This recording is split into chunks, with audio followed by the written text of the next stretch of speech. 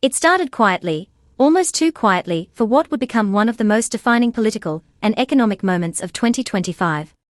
A Toronto trade conference, full of polite applause and cautious optimism, suddenly turned electric when a message from Washington cut through the air. U.S. Commerce Secretary Howard Lutnick, speaking via video link from the White House, looked straight into the camera and delivered what Ottawa officials would later call a bombshell. There would be no free trade deal without tariffs, he said. Canada must accept being second on autos. Cars will be built in the United States, not in Ontario. The reaction was instant. The room fell silent. Within hours, the headlines blared across every screen in the country: Washington rejects auto deal. Canada sidelined. In Windsor, Ontario, the birthplace of Canadian car manufacturing, workers scrolled through the news in disbelief. Years of cross-border cooperation suddenly felt meaningless. The optimism from just a day earlier, when Prime Minister Mark Carney had met President Donald Trump at the White House, dissolved like mist. What happened between the smiles of that Oval Office photo op and the statement from Lutnick was anyone's guess. But one thing was certain: the gloves were off. America had just declared that its closest ally in trade was now a competitor, maybe even a threat. The shock turned quickly into questions. What leverage does Canada have left? Could Ottawa even fight back against Washington's industrial dominance? Or would this be the moment when Canada was finally forced into submission under Trump's America First trade doctrine? The US had fired its shot, and yet, behind the noise of tariffs and politics, few in Washington seemed to realize how much their own economy depends on the very supply chains they were trying to dismantle. Lutnick's message fit neatly into Trump's second-term economic playbook. Since January, the administration had expanded tariffs on nearly every major North American industry. 25% on Canadian steel, 35% on aluminum, new duties on heavy machinery and trucks. It was framed as a campaign of strength, rebalancing trade, the White House called it, but for Canada, it looked like economic warfare. And the timing couldn't have been worse. Ontario's auto industry was still recovering from the 2020s chip shortage and inflation spike, and its factories relied on a fragile ecosystem of suppliers that stretch across the border dozens of times for each car built. Every tariff meant more cost, more delay, more instability, and ultimately, fewer jobs. Ontario Premier Doug Ford didn't hold back. At that same conference, he took the microphone and made his warning crystal clear: if the US destroys Canada's auto and steel sectors, Ontario could halt the flow of critical minerals and cheap hydroelectric energy that power American factories. It's not what I want to do, Ford said, but it's on the table. That statement, simple, sharp, and unmistakably defiant, rippled far beyond Queen's Park. For the first time, both federal and provincial leaders seemed united. Ford, a conservative. Carney, a liberal technocrat. Two men rarely on the same page, suddenly aligned in one message: Canada will not be bullied. And that unity mattered, because Trump's tariffs weren't just about economics. They were about dominance. Washington wanted to remind Ottawa who calls the shots. But as the weeks unfolded, it became clear that Canada wasn't as powerless as the US thought. Tariffs might slow exports, but they can't rewrite geography. America's manufacturing base still runs on Canadian energy, Canadian minerals, and Canadian markets. And that gives Ottawa quiet leverage that doesn't shout, but constrains every US move. Energy is the first and most obvious example. Canada remains the single largest foreign supplier of oil, natural gas, and electricity to the United States. Ontario and Quebec send steady flows of power to states like New York, Vermont, and Michigan, power that keeps factories humming and homes lit. The US can't simply switch that off. Even with tariffs, those electrons keep crossing the border, binding the two economies together in ways politics can't easily undo. Then there's the critical minerals issue. The US defense and auto industries rely heavily on Canada for nickel, cobalt, and lithium, the building blocks of electric vehicles and advanced manufacturing. Nickel from Sudbury, aluminum from Quebec, cobalt from Northern Ontario, all feed into US supply chains, including Pentagon contracts. Without them, America's EV ambitions and defense programs would grind to a halt. Even the Pentagon admits it: Canada is essential. And finally, there's the consumer market. Canada may have only 40 million people, but it's America's second largest export destination after Mexico. Each year, Canadians buy roughly 2 million vehicles, and more than 20% of all US-built cars are sold north of the border. For comparison, Japan buys barely 1%. The irony is inescapable. By trying to dominate Canada, Washington risks cutting off the very market that keeps Detroit alive. Inside Ottawa, strategists saw the situation differently from how it played on Fox News or CNN. Trump's tariffs were loud, but structurally weak. They raised costs, fueled inflation, and hurt American consumers. What looked like pressure was actually self-inflicted pain.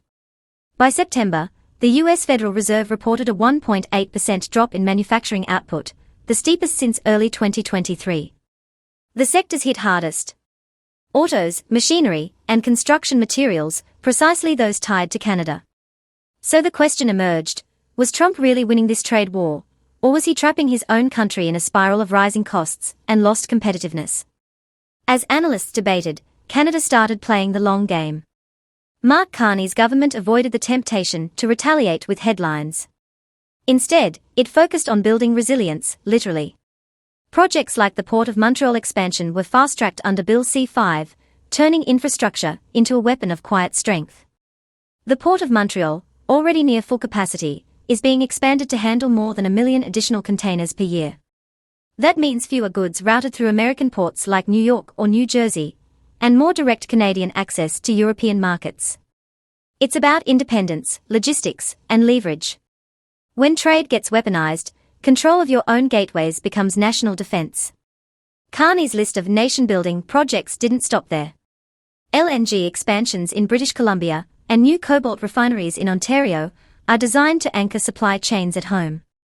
But perhaps the most symbolic is the Wind West offshore wind project in Nova Scotia, a mega-project on a scale Canada has never attempted in clean energy. Premier Tim Houston called it a big day for the province and the country.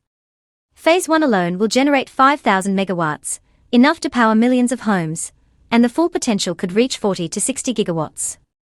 That's more than 10 times Nova Scotia's own demand. Which raises the strategic question, where does all that surplus power go? The answer is what makes this project politically explosive. The natural buyer is the United States. New England, a region that has long depended on hydroelectric imports from Quebec and New Brunswick, is now running short on clean power as coal plants close and natural gas prices swing wildly. Offshore wind from Atlantic Canada fits perfectly into that gap. Transmission lines, like the New England Clean Energy Connect from Quebec to Maine, are already being built. So, while Trump imposes tariffs on Canadian steel and aluminum, his own states are preparing to import even more Canadian electricity to keep their grids alive. You can't tariff physics. Geography doesn't bend to politics. America needs Canada's power whether it admits it or not. That's where this story becomes more than just economics, it becomes strategy. Canada's response to Trump's tariffs is not shouting back, but making itself indispensable. Every factory in Michigan that needs Ontario steel. Every Tesla battery that relies on Canadian nickel. Every American data center that will soon draw clean power from Nova Scotia's coast. Together, these are Canada's real pressure points. Not in slogans, but in structure. The harder Washington pushes, the more it exposes how deeply its prosperity is intertwined with its northern neighbor. By the fall of 2025, the political map looked different. Trump's trade aggression had united Canada's provinces in ways few expected. Carney and Ford, once fierce critics, now shared talking points about defending industry, protecting jobs, and building independence. Even the opposition parties in Parliament began rallying around a common theme, that Canada must stop mirroring US trade policy and start defining its own. As one federal official put it, they can raise tariffs all they want, but they can't replace what we provide.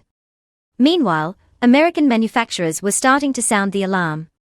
Carmakers in Michigan and Ohio complained that steel and aluminum prices had spiked 20% since the tariffs began. Some plants were forced to slow production. Supply chains that once ran smoothly under NAFTA and the USMCA were now tangled by bureaucracy and cost. The promise of Made in America was being undermined by the reality of Paid More in America. Even conservative US business outlets began asking whether Trump's trade war was backfiring. And yet, publicly, the president kept celebrating tariffs as proof of strength. In rallies, he called them beautiful and necessary. But numbers don't lie. Inflation climbed. Factory output fell. Canadian exports shifted toward Europe and Asia, while investment in US manufacturing slowed. The more the White House tried to control the trade narrative, the clearer it became that Canada's calm strategy, building infrastructure, securing energy dominance, and strengthening export routes, was working. The Port of Montreal became a metaphor for that quiet defiance. Once complete, it will allow Canada to bypass US ports entirely, sending goods directly to global markets. It's not about punishing America, it's about freedom of movement. Independence. Resilience. When tariffs hit, Canada doesn't shut down, it adapts. And that adaptation, in time, turns into leverage. The same goes for the Wind West project. Those turbines rising from the Atlantic aren't just a symbol of clean energy, they are a statement of sovereignty. Canada's message is clear: if Washington wants to play hardball on trade, Ottawa will play the long game on energy. The United States can't power its AI data centers or electric grids without Canada's low-cost, reliable electricity. Every megawatt from Nova Scotia to Quebec becomes a quiet reminder of that dependence. Trump's political strategy relies on confrontation. Carney's relies on construction. One is about noise, the other is about endurance. And in the long run, endurance usually wins. The tariffs that were meant to weaken Canada are instead accelerating its path toward independence. By 2030, when the Montreal terminal is fully operational and the Wind West project delivers gigawatts of energy to North America, the balance of power may have shifted for good. Canada will have not only survived the tariff wars, it will have outgrown them. Because the truth is this: every tariff designed to teach Canada a lesson has pushed it to innovate, diversify, and become less reliant on the US. And in doing so, Canada is building something more powerful than protectionism, it's building permanence. For American viewers watching this unfold, there's a lesson here too. Trade wars don't create winners. They create walls. And when those walls rise, both sides pay the price. The difference is, Canada has learned to build bridges instead. So as the rhetoric hardens and election season heats up again in Washington, ask yourself, who's really leading North America's future? The country shouting the loudest, or the one quietly rewiring the system? If you found this breakdown eye-opening, hit like, subscribe, and tell us what you think in the comments. Should Canada retaliate against Trump's tariffs, or keep focusing on independence? And do you believe Ottawa's calm strategy is working, or should it take a tougher stand? Let's hear your thoughts below. Because one thing is certain, the trade war isn't over. It's just moving into its next phase. And this time, Canada might be holding more of the cards than anyone expected.